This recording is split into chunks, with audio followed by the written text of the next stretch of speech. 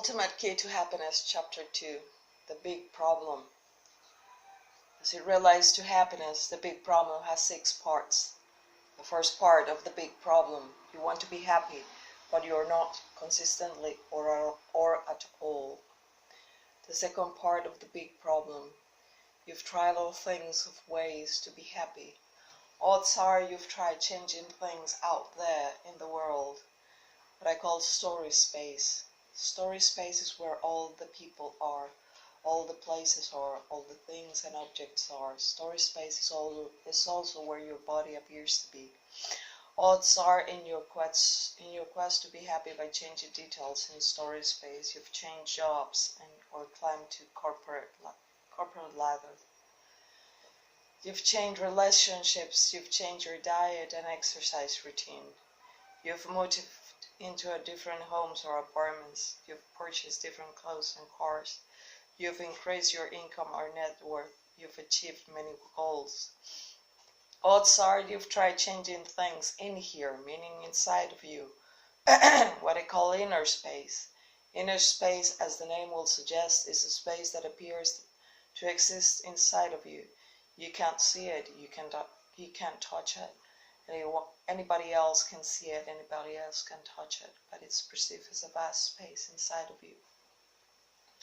Thoughts, emotions, feelings, and bodily sensations appear in the inner space. Odds are in your quest to be happy. By changing details in inner space, you've tried physical, emotional, energetic, or spiritual healing modalities. Odds are you've tried to delete, change, or reframe the content of inner space using various techniques. Odds are everything failed, or you wouldn't be here, just like everything failed for me until I discovered and experienced the big breakthrough being documented here. Key point: happiness is the most elusive desire in the human experience. The third part of the big problem. You do feel happy sometimes, but it never lasts, and no one has ever given you a surefire recipe for getting it back when it disappears. The fourth part of the big problem, even if you appear to feel happy from time to time, or even for a lot of the time in phases, what's being experienced is generally a pale imitation of how happy you can actually be all the time. You may not be conscious aware of this part of the problem, but you'll see what I mean and really get it if you leap through the portal I'm opening for you through this book. The fifth part of the big problem, other people appear to be happy, and that makes you feel worse in contrast. However, as the old say goes, looks can be deceiving. The truth is, most people who appear to be happy aren't as happy as they appear to be. It's an act, a cleverly crafted mask that obscures how they're actually feeling most of the time. Or, as I explained above, even if they are as happy as they appear to be, what's being experienced is a pale imitation of how happy they can actually be all the time. The sixth and perhaps largest part of the big problem. What is happiness anyway? If you're brutally honest with yourself, you'll see that you don't really know. The definition of happy is usually a blurry, fuzzy, or inaccurate. It seems like you know, like it's what I call the obvious, but it isn't. Why don't we know? Because if you're like I used to be, and like so many fools that I chat with, you've never taken a really close look or carefully examined the question, what is happiness? How can you hit a target if you don't know what it is? You can't. Well, be taking a close look at the question in the chapters that follow, and my guess is you'll be quite surprised, maybe even shocked by what you see. It's now time to take a look at the popular and accepted perspective on emotions and happiness, and the common perceptions offered by how to be happy. Once we do that, you'll be ready to discover the big solution. Continue your journey on the next page. Chapter 3, Lies, Illusions, and Stories. The primary reason you're not experiencing true happiness on a consistent basis right now is that you've accepted a series of lies, illusions, and stories as true. Let's examine those lies, illusions, and stories now. There are numerous experts on the subject of happiness. When I use the word expert here, I'm referring to doctors, psychiatrists, psychologists, authors, and speakers, coaches, and practitioners, healers, anyone else who claim to have experience on helping you to be happy. The language differs, but the messages shared by experts contain the same 7 core assumptions they either stated directly or implied. First, there are positive emotions like happiness, serenity, excitement, and joy. Second, there are negative emotions like sadness, anger, fear, worry, frustration, and depression. Third, the positive emotions are good, pleasurable, and we want to feel them. Fourth, the negative emotions are bad, painful, and we don't want to feel them. They are also toxic, harmful, and can cause damage of various kinds, including illness, and can block your spiritual or personal development. We are at war with our negative emotions. We must therefore take action to manage, minimize, muffle, reframe, ignore, release, dissolve, destroy, transmute, heal core causes, or eliminate negative emotions. 7. If we were successful with the actions taken in assumption 6, we'll win the war and be happy. I use the word assumptions above, and I intentionally bolded and underlined it. Why? Because while most people will say it's the obvious, but all 7 assumptions above are accurate and true. They are not. They are all nothing but extreme seductive lies, illusions, and stories. They're all the result of what you might call a cleverly crafted mind game or mental magic trick. Here is the truth.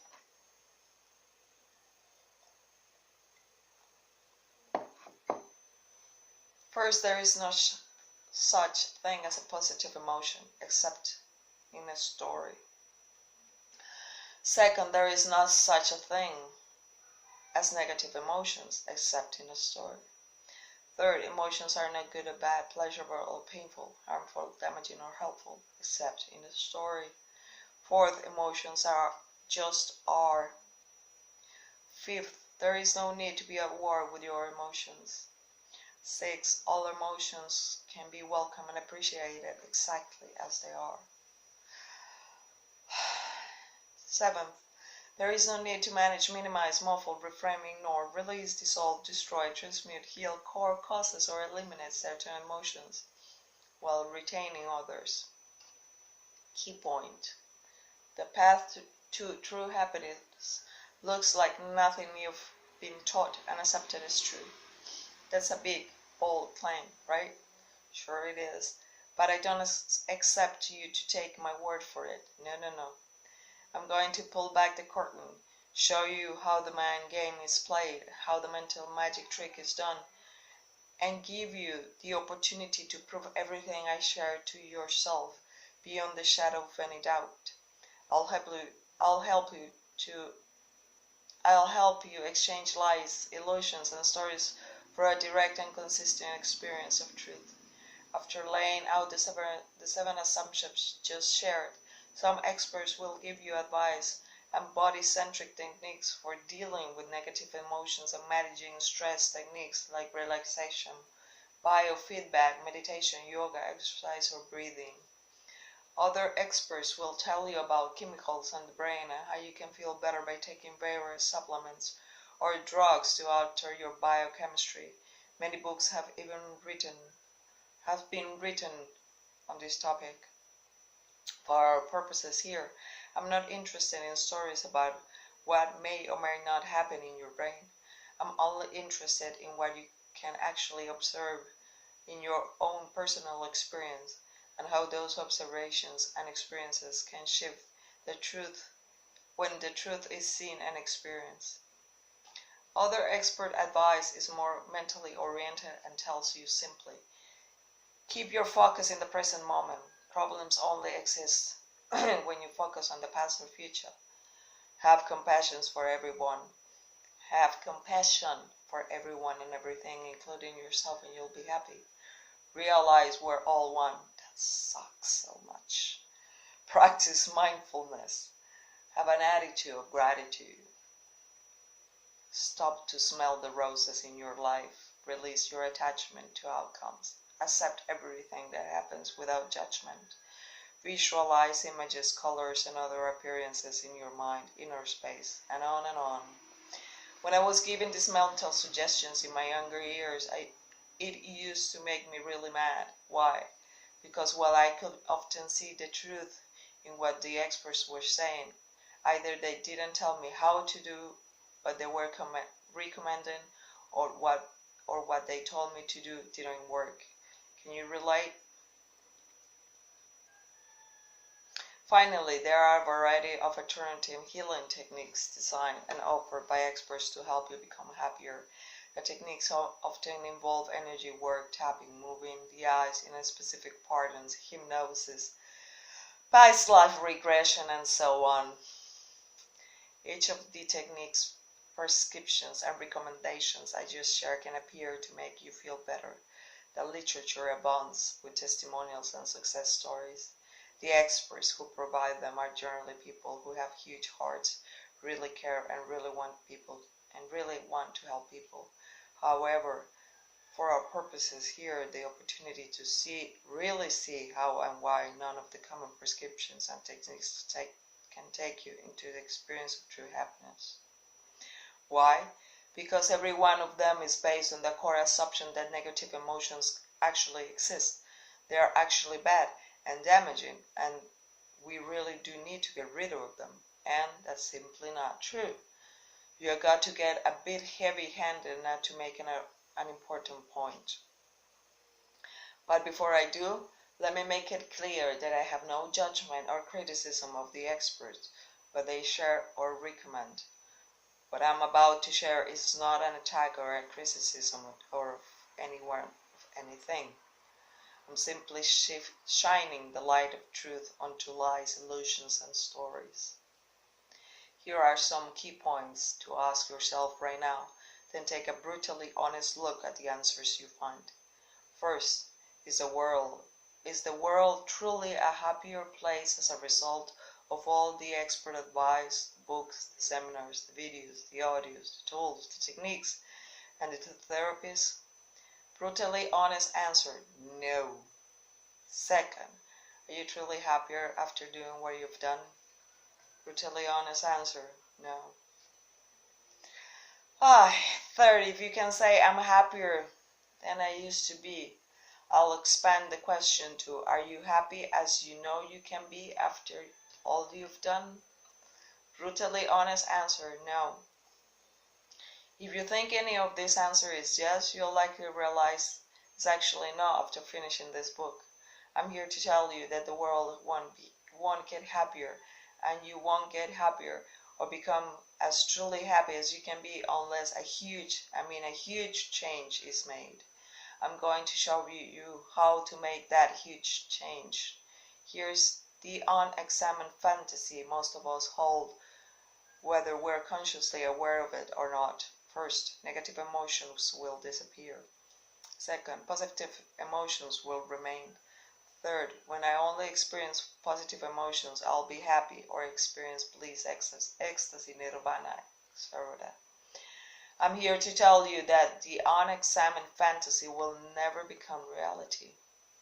I'm going to show you why that's true and how you can go beyond the fantasy to experience true happiness all the time, no matter what's going on around you. What is true happiness? Historically, that has been the big mystery, but in the next chapter, we'll solve it. Turn the page to continue your journey. Chapter 4, the big mystery. You experience emotions every day, all day. As you perceive it now, you enjoy some and struggle with others.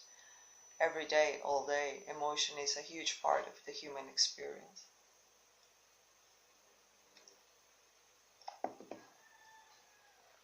As I explained in chapter 1, happiness is the hidden motivation virtually everything you do. Feelings are hidden motivation behind everything you do to play, explore, and express yourself creatively. But what are feelings? What is happiness? Truth be told, it has always been a big mystery. By the way, from this moment on, even though emotions and feelings are synonyms for the same thing, I'll just be using the word emotions for the singular and emotions for the plural. Given how prominent emotion is in our life and how vital happiness it is to us, it amazes me that most people, including me for the first 46 years of my life, never take a time to ask about or examine that what emotions really are in general and what happiness is in a specific. It's like emotions are so obvious, so in our faces, that it seems that there's no reason or need to examine what they actually are. But there is a reason, there is a need. If you want to be truly happy. So let's take a look now. We'll first look at emotion in general, then move on to happiness in specific. As you read this chapter and the one that follows, you may feel you're overly complex, technical, or heady. You may not feel that way. As you read this chapter and the one that follows, you may feel they are overly complex, technical, or heady. You may not feel that way. If you do, and you invest the time and effort to get clear on what's being shared, even if it involves rereading the chapter several times, I promise it will become crystal clear. I also say that crystal clarity on this dynamic is what opens the door to experiencing true happiness on a consistent basis. Key point: the emphasis here is always on what you actually observe in your own personal, direct experience, not ideas, concepts, or theories.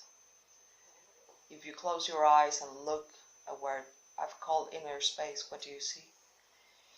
If you are able to see what's really there, what you see is a vast space with no beginning and no end, no boundaries.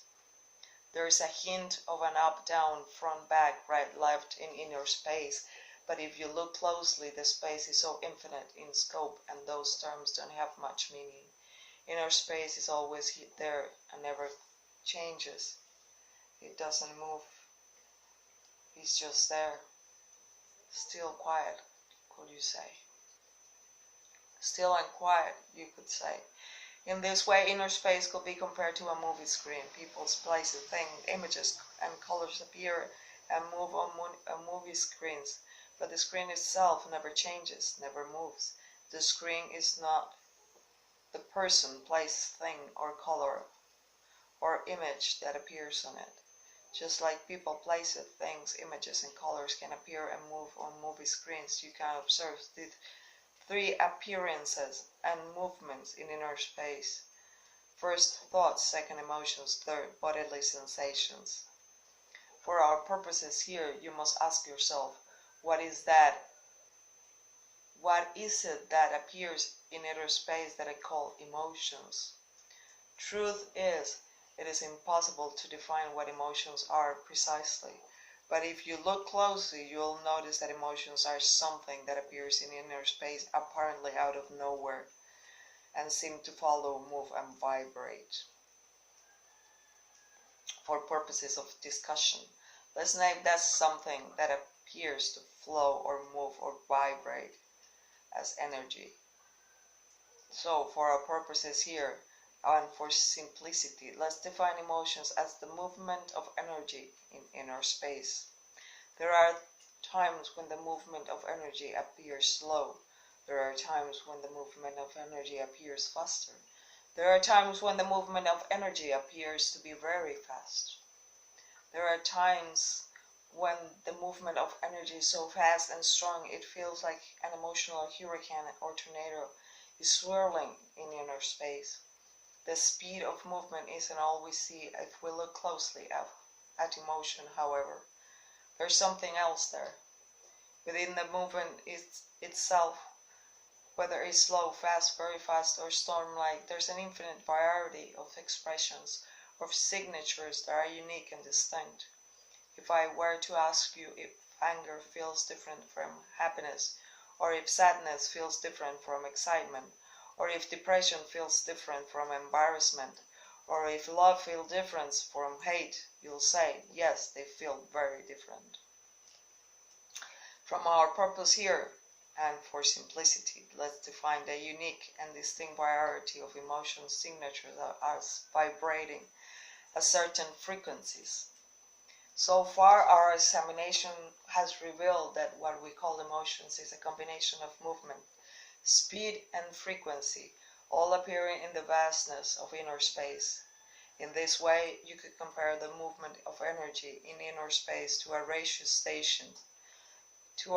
station, and the speed and frequency of the movement to music. You tune your radio dial to a certain frequency and you hear rock music.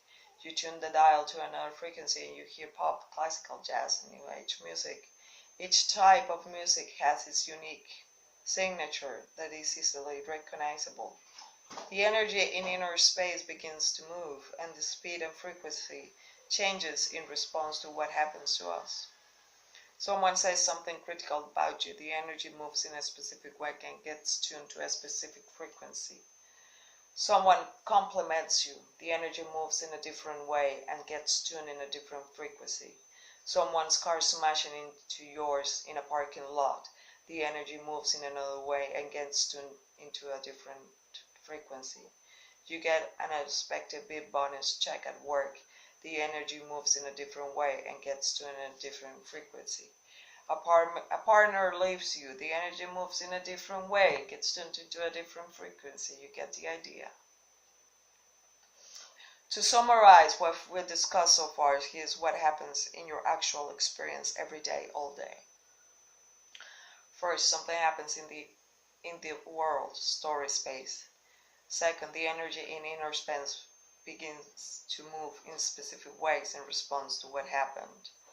Third, the energy moves and gets tuned to a specific frequency. Fourth, steps 2 and 3 repeat as new things happen to you. Fifth, you experience different emotions as a result. Even though the movements and frequencies of energy in inner space have an infinite variety of expressions, we don't have an infinite numbers of words to describe them. But we do have a lot of words to describe them. A friend of mine, Dr. John DiMartini, once told me he went through the dictionary to research a number of words in the English language to use to describe emotions. He said he found nearly 4,000 words. Here's a question for you. When you observe energy moving in a specific way and at a specific frequencies you call anger, fear, frustration, sadness, depression, excitement, happiness, or peace, how do you know that that's what it is? How do you know you're feeling anger, fear, frustration, sadness, depression, excitement, happiness, or peace? There was a time in your life during childhood when you were aware of the movements and frequencies of energy in inner space, but you didn't have words for them. You had no idea what anger, fear, frustration, sadness, depression, excitement, happiness, or peace were. It was all just movements of energy to you at that time. Like everything else in life, you had to learn to link specific movements and frequencies to energy, to specific names. You'll say that negative emotions like anger, fear, frustration, sadness, and depression feel bad. But there's the thing. How do you know they feel bad? They might. There was a time in your life during childhood when you were aware of the movements and frequencies of energy in inner space, but you had no reference points of good or bad for them. They were just neutral movements and frequencies of energy to you, for lack of a better term. Like everything else in life, you had to learn to judge certain frequencies as good and bad, pleasant and painful, feel good and feel bad. There are people who will disagree with me on this, There are people who will insist that babies somehow know that certain feelings and sensations are painful and that's why they cry.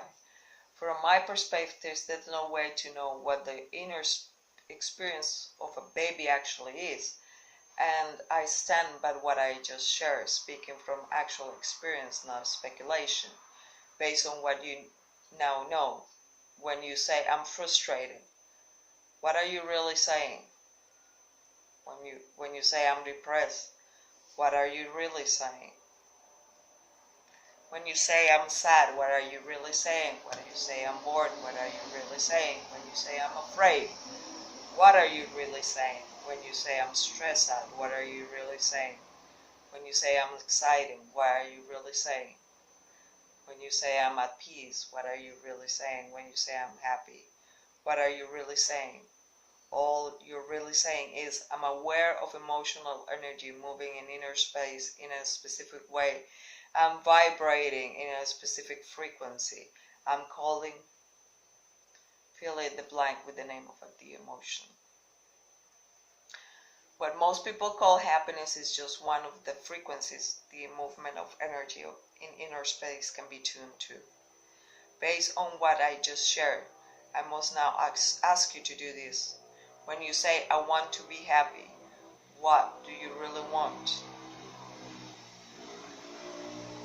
And are you saying you only want to experience one frequency of emotion all day, every day?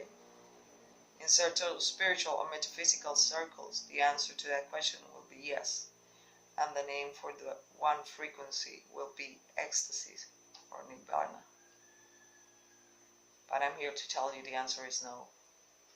That's why I explain about how important emotions and a wide variety of emotions are to your enjoyment of novels, movies, and sporting events, play, exploration, and creative expression.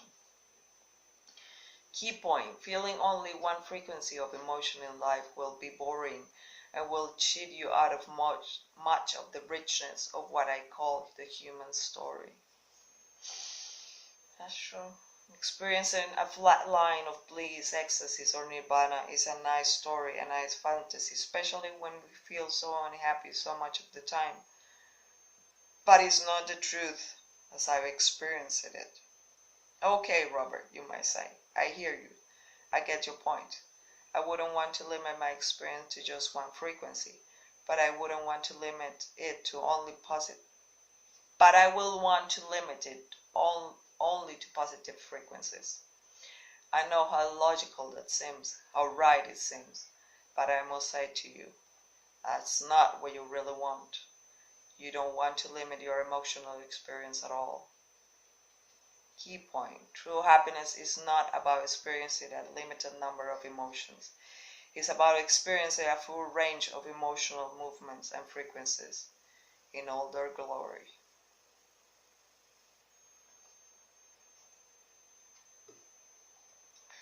True happiness is about experiences the full range of movements and frequencies, without names or judgment or positive, negative, good, bad, pleasurable, painful, feel good, feel bad. Does that sound logical or interesting but impossible or pie in the sky to you? If so, consider this. You've already experienced true happiness many times without realizing it. I'll give you 4 examples, although you will find many more in your memory banks. Example 1. Riding a roller coaster. When you ride a roller coaster or any high-speed ride in an amusement park, if you enjoy that sort of experience, you experience many emotions that whiz by very quickly. They whiz by very quickly. But in the context, a ride that means to be fun, you don't stop the flow of emotions to name what's appearing. You don't constantly narrate it to yourself. This is fear, this is adrenaline, this is rush, this is excitement. Similarly, with some exceptions, you don't stop to judge the emotions either. You don't say this feels good, this feels bad. You just feel. And you love just feeling. The emotions just whiz by quickly without names, descriptions, or judgments. All the emotions just blend together into one experience that you perceive as pleasurable. In general, there can always be exceptions. That's true happiness. Would you rather feel only one emotion or limited range of emotions while riding the roller coaster? Nope, no way. Just stop going to amusement parks if the rides were flat experiences like that. Example 2. Reading a great novel. When you read a great novel and you're really into the story, you experience many emotions, like riding the roller coaster. Those emotions whiz by as you turn the pages. You're aware of them all. But you don't label them, describe them, or judge them. You just feel, and you love just feeling. In general, there can always be exceptions. That's true happiness. Just feeling. Would you rather feel only one emotion or limited range of emotions while you're reading novels? No, no way. You'll stop reading novels if it was a flight experience like that. Example 3. Watching a great movie. When you watch a great movie, you experience many emotions as the story unfolds, like riding the roller coaster and reading a great novel. Those emotions simply whiz by as the minutes pass. You're aware of them all, but you don't label them, describe them, or judge them. You just feel, and you love just feeling. In general, there can always be exceptions. That's true happiness. Would you rather feel only one emotion or limited range of emotion while watching movies? Nope, no way. You stop going to movies if there were flat experiences like that. Example 4. If you're a phase 2 player. If you're a phase 2 player, meaning you're aware of my busting loose and phase 2 work, you've been actively applying the teachings and using the tools. Virtually every time you apply the tool called the process, your experience a moment may be longer where you experience the emotion called discomfort without a name, description, or judgment. That's true happiness. If you've been playing phase 2 game a long time, you've therefore had the experience of true happiness hundreds, many, maybe thousands of times without realizing it.